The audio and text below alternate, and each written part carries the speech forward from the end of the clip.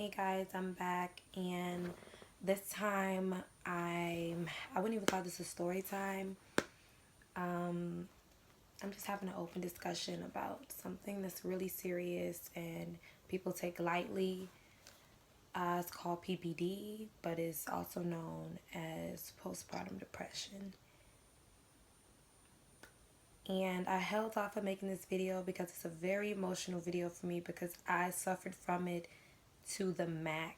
Like, oh, even my stomach was like, you sure you want to talk about this? I know y'all heard that.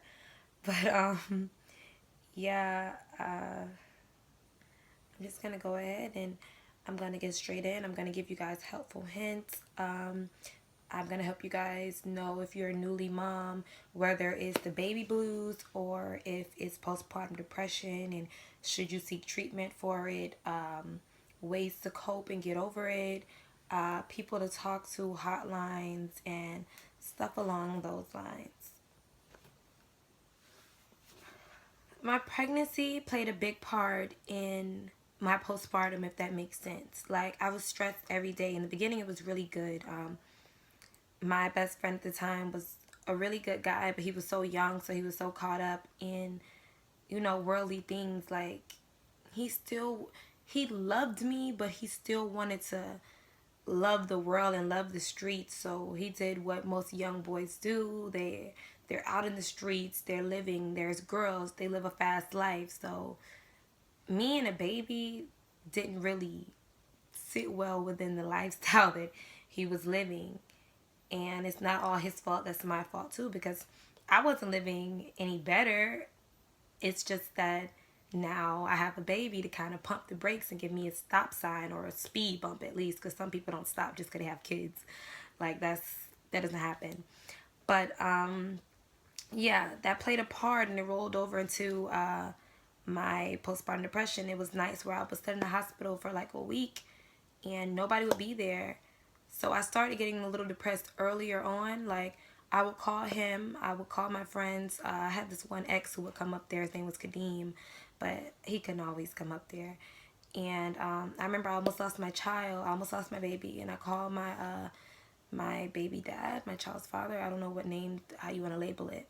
I called him, and he told me and my mother that he was on his way, and he never came. I didn't get a call. I stayed in the hospital for a week.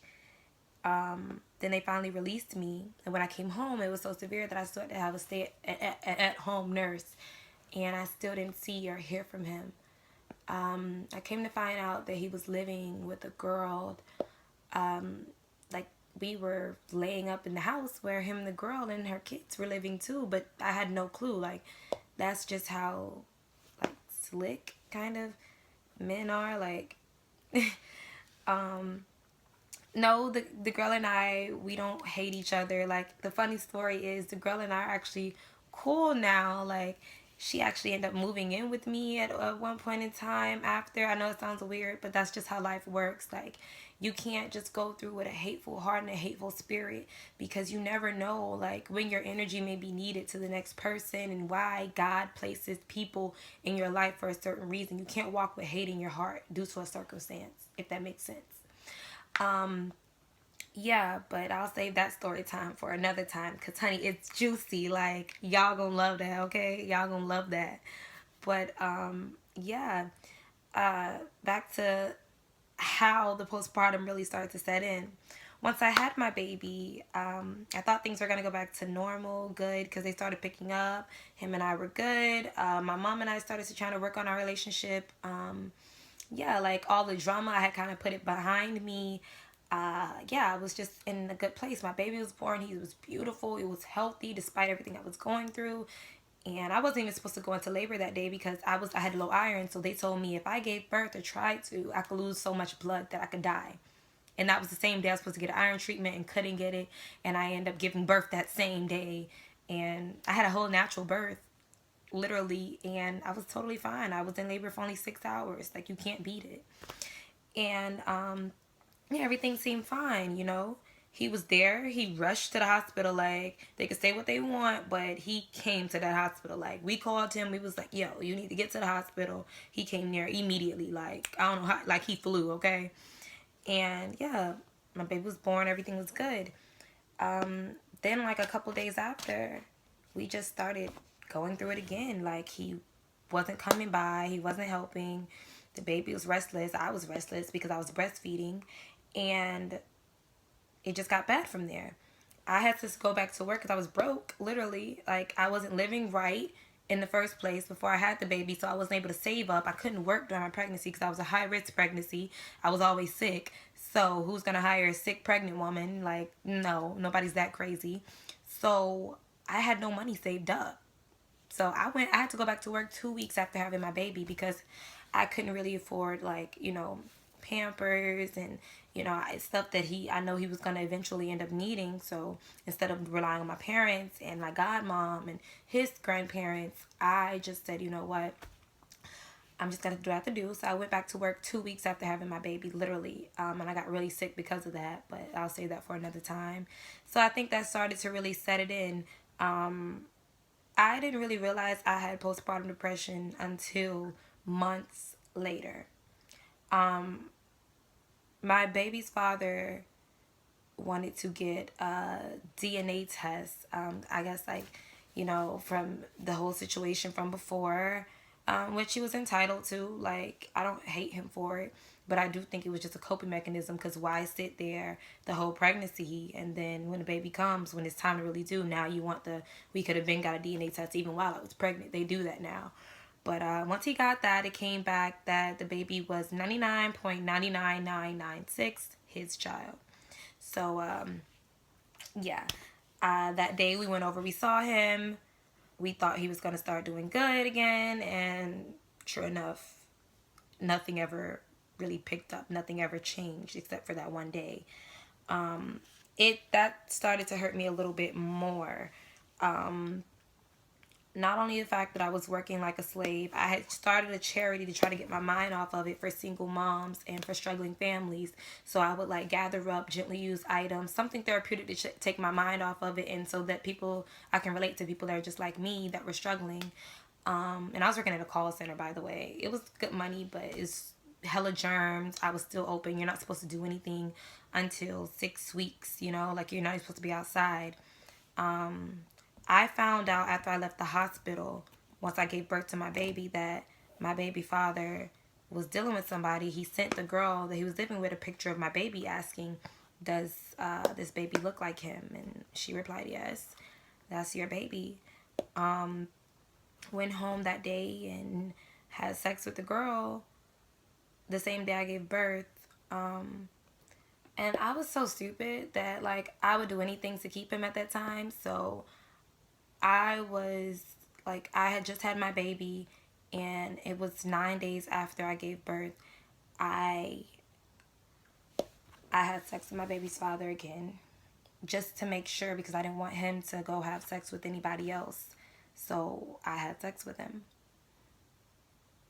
That was the worst decision I could make. I had got pregnant again right after having my baby, and knowing that he wasn't there, I went and I made a decision that I regret for the rest of my life. I had an abortion right after having my son. I didn't want them to be so close together. I didn't want to hear my family. I didn't want to be talked about. It sent me into a dark, dark place. My life has started to take turns that I never expected.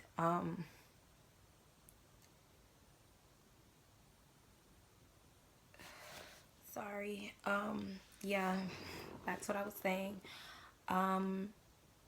It was Valentine's Day. I'm just jumping all over the place because there's so many events that built up this breakdown. So I'm just trying to give it to you guys. And I was avoiding all these things. I was running from them instead of addressing them when it first happened to put an end to it. I was putting Band-Aids on a scab instead of putting Neosporin or actually trying to heal it. I was just throwing a Band-Aid on it and walking away, pretty much. That's what I was doing. It was Valentine's Day. My baby father and I were supposed to spend Valentine's Day together from when we didn't the first year. That's how the baby actually got here. We made the baby the day after Valentine's Day. So we made vowed to spend Valentine's Day together that year. He ended up spending it with another girl who I actually ended up being cool with after that. Like, I think my baby daddy girls like me. And I like them too because they're not bad girls. They're not evil. They're not rude. They're not nasty. Like, they're just women that, you know, in the midst of it, you know, we were all lied to and shit. They probably lied to him. Who knows? You get what I'm saying? Like, I don't hate nobody in the midst of this. I don't hate my baby father. I don't hate the girls involved. Like, none of that. On Valentine's Day, I found out he was with another girl.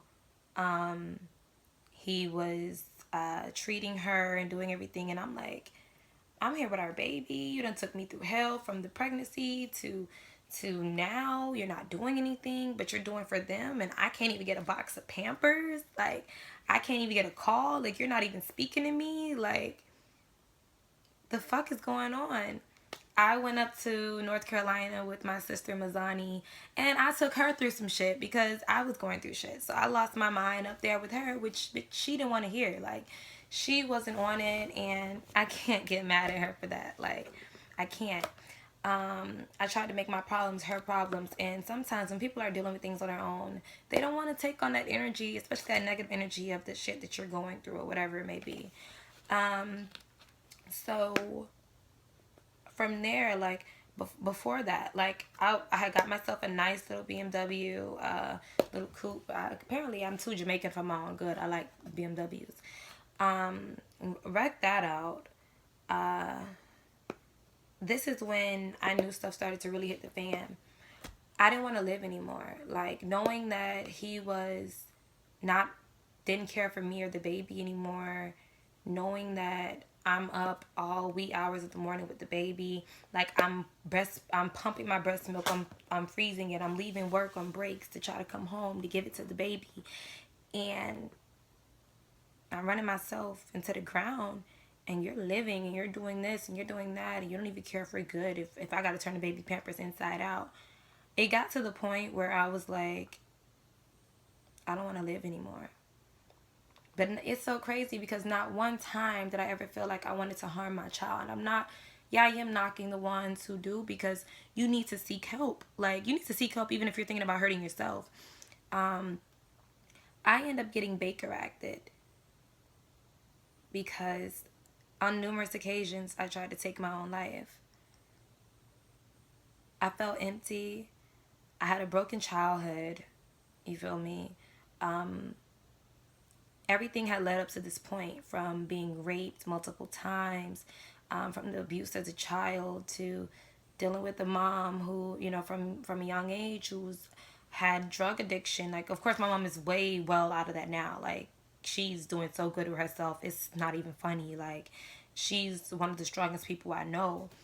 But I'm just saying, like, everything came falling down on me at once. Like, the thing with postpartum depression, you're in denial at first. There's 6 stages. There's denial, anger, you bargain. Like, that's like the if process. Like, it's like, you know what? Maybe if I would have did this, this wouldn't have happened. Like, yeah, denial, anger, bargaining, depression. That's when the depression really sets in. It hits almost its final stage. And then there's the acceptance, where you accept it and then you get some help. There's 6 stages to it. So look up that. I was full on in depression. Like, everything had fell down on me and I just couldn't take it anymore. Like, I took my baby out of the car. I set him on the porch and I told my mom, come get him, because I'm not going to hurt my baby while I hurt myself. I thank God my mom had already called the cops. They came and they talked to me the first time. It was night, so I would storm out of here. I would throw my baby clothes. I would say he ruined my life. My innocent child, my beautiful child. Like, I was really fucking losing my mind. Like, your child is innocent. Like, bitch, you laid down and you made that child. You made that sacrifice. You knowingly went into this knowing that, listen, a couple things can happen. You can get a nut, you can get an STD, or you can get pregnant. Those are the 3 risks you run every time you have sex. So you deal with the repercussions from it. I think I was just running from the truth, running from myself. Like, as far as, I'm so disappointed in myself, even as I, like, speak on this right now. It was a time where I locked myself in my room and I tried it. Like, I took a gazillion fucking pills, and God said, honey. See, now your dumb ass gotta suffer. Okay? I'm gonna make you live and I'm gonna make you feel it. Bitch, I wish I would have died how many goddamn pills I took. I had to get my stomach pump. I had to drink this nasty black liquid. And then they Baker acted my crazy ass. And all this could have been avoided if I would have just spoke to someone in advance. Because here's the thing. Baby blues last around 2 weeks, which is normal. You're adjusting to becoming a mom. It's new to you. You know, like, it's okay. Postpartum depression, they say it goes on from weeks to months, but it's been cases where they show and studies show that it can be years, and it can also be revived at any given time unless you speak to somebody properly to close that chapter of your life. I never thought I would be Baker acted. Like, I felt like a real lunatic. I'm like, wow, I'm really sane. I got there. I tried to play as sane as possible. Like, I don't know what's going on. I don't know why my mom will put me here. That was probably the best thing my mom could have did. The reason why I went back into depression after that is because my baby father found out, even though him and I weren't talking, he found out about it. And instead of trying to cope and help me, he went and told a girl he was dealing with while she was in jail that I was crazy and look at what I was going through. But I'm like, how can you make fun of the mother of your child when you're kind of the reason I'm going through this? Like, I mean, I was homeless because I didn't want to put him on child support. Because I felt like there's enough black men in the system. I'm trying to give you a break. I felt like eventually something will make you come around and love your son even if you didn't love me. Something will make you love yourself enough to realize that this is a part of you. This is your offspring. I just didn't want the same thing for my son that I had. I didn't have a dad, and growing up I didn't really have a mom because my mom, I was born with crack cocaine in my system. My mom was on drugs heavy. She would get so angry sometimes she would beat me. And sometimes I'm like, Mom, do you remember this? And she only remembers sometimes, like, hitting me when I wouldn't, like, lay down with the AC. Like, I would have to sleep naked. Like, it's just a lot of weird shit. And she's not that person anymore. And that drug demon, listen, there are spirits in this world, okay? And once they get a hold of you and they attach themselves to you, it's nothing but death. And I don't mean in a literal sense, but death comes in your life from that. And you're not the same person anymore. And that's pretty much what my mom battled. She battled self and a spiritual, she battled herself and an entity. Like, that's pretty much what it was. But back to the story, it would be times where I would literally, like, even after I got Baker acted, I would walk down the street still at night, like, storm out, leave them, snatch my baby up, go sit in the car, go sit outside, wait for somebody to come get us. Like, I ran away with that damn baby like he was a lunchbox. Like, you have no idea. Like, my poor baby just sitting there, like, innocent, not knowing what the hell is going on, not knowing that mommy has really lost all her marbles. And I still wanted to love him, even though I couldn't even love myself. I was so fucked up. Like, it took me a while to get over him completely. So I fucked up by allowing him back in my life in that sense, knowing the destruction that took place before. But I heard the apologies, and from what I thought was sincere, and he ended up hurting me again because he ended up, like, going with the girl and going public about it at that after just being with me. And I ended up getting a call from one of his family members, and they ended up telling me, hey, you know, did you see what's online? And I'm like, what? Like, what the fuck are you talking about? And he posted that he was in a relationship with the girl. And I'm like, what the fuck? Like, you couldn't even come to our baby's Christmas event, which is free, but you're up there. And I felt a certain type of way. I'm going to be honest with you. I'm never going to lie about my own emotions. I'm like, how can you possibly have another child when you don't do for the one that we have right now? And any woman in her right sense of mind wouldn't condone that. I was already being a pushover. Like, I started to go back into being a weak woman. When I found out that the girl was in the hospital, I offered to take him up there to see her because I thought back to when I was in the hospital.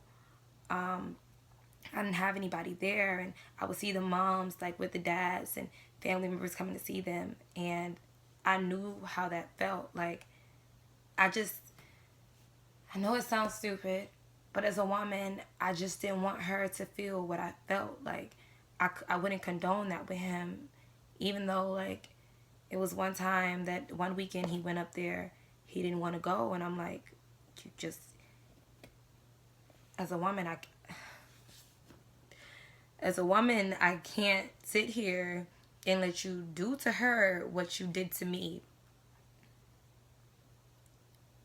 Not knowing that I was condoning and pushing a damn relationship, I thought I was just helping him be a good father to both of his children.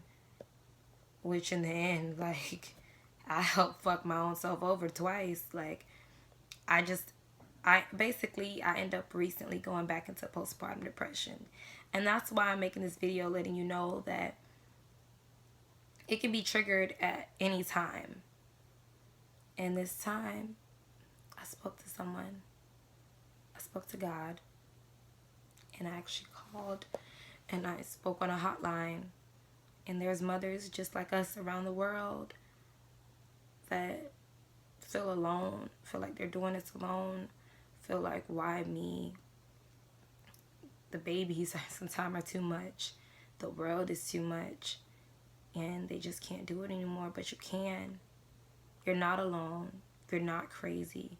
Everything that's happening to you is completely normal. You're not a bad person. But it's real. You have to accept it.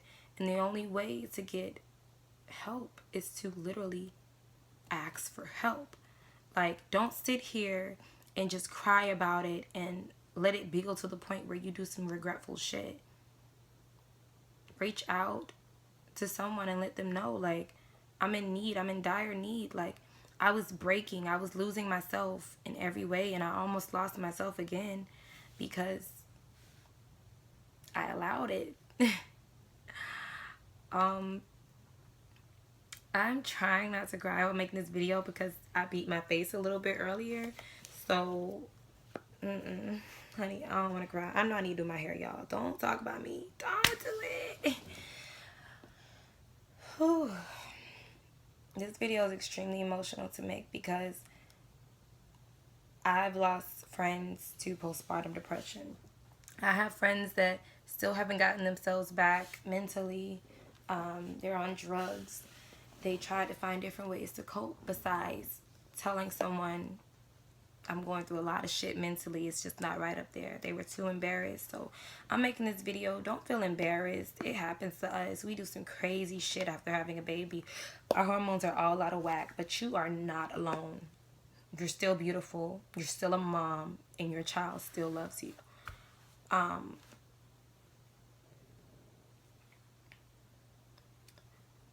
I really hope this video and my voice gives someone a voice to speak out. Don't lose yourself.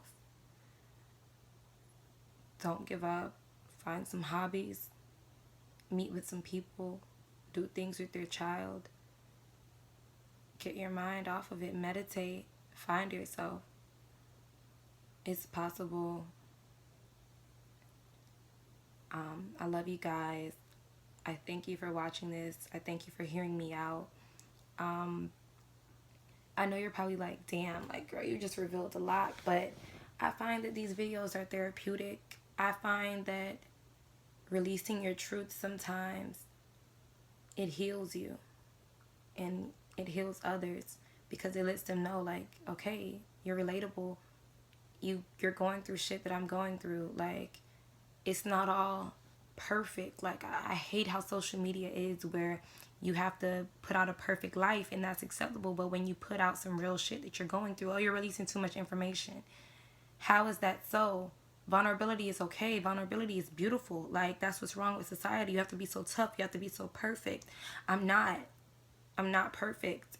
I fuck up. I make mistakes every fucking day. I stub my toe and break it. Seems like once a month. My lace lifts up. I get angry. I spaz sometimes, and I'm like, what the fuck? Like, girl, you could have avoided that. I got a lot of imperfections, but at the end of the day, I have more beauty in my life and the things that I do than wrong. And I dwell on that, and I grow with that. So I hope this video helps somebody. I hope my truth is relatable enough for you to say, damn, like if she can get through it, I can. And I hope you guys really go out and ask for some help or talk to someone or even write me. My DMs are always open on Instagram. I always listen to people. Like, if you've ever been suicidal, I was there. If you ever stopped eating, I've been there. If you ever went through it with the father of your child, took him back, or you plan on getting back with him, I've been there. I ain't going back there, but I'm just telling you, you're not alone. You're not stupid. Like, it may honestly work for you guys. And you can't hold hate in your heart for anybody that's done you wrong or that fucks up, because you're going to fuck up. Like, you're going to make mistakes. Like, that person isn't a perfect being. You get what I'm saying? So you can't hate them for fucking up. Regardless of what society tells you or what people tell you to do, you have the final say so in your life. Like, even though people do bad, you can't always see bad in people, because there is some good, or it can be molded into them. You just have to think good for them. And as petty as I can be sometimes, because when you're hurt, you do petty shit, I want the best for everyone, and I want the best for whoever's watching this video. So I hope this video helped. Love you guys. Bye.